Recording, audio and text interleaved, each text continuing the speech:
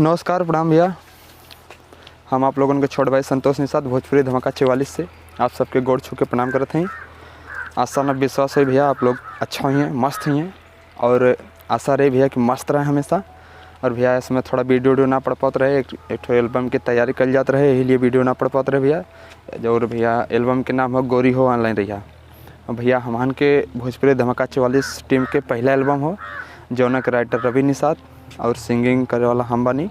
और हमारे बगलिया में सरदारो जी हैं, तन सरदार जी तन की आरो आज हो, ये देखें सरदार जी हैं हमारे और मस्त हैं भैया। और बाकी अभी टीम गई हो तनी कुछ काम करे, तन ठंडा उंडा लिया गई हो, गर्मी के मौसम में एकदम भैया चलत नहीं का करवा, बहुत तगड़ा धूप लगा था तन की। ये देखा छाँव में आई के अपने तन की बस इससे आराम कर जाता हो, आल गला लठे वीडियो बना भैया।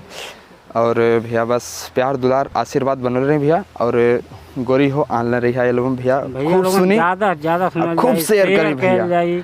और भैया चैनल के सब्सक्राइब कर लो करी और भैया लाइक तो जरूर मारल करी भालोगन। कहाँ से एक लाइक देख के आप लोग करे जाए एकदम गदगद हो चला।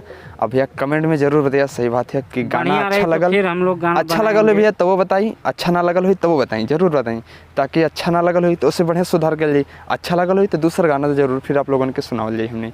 और भैया प्यार दुलार आशीर्वाद बनोले रही भैया, मस्त रही हमनियों मस्त रही। और भैया जय हो, जय भोजपुरी भैया, एक लोगों की जय हो।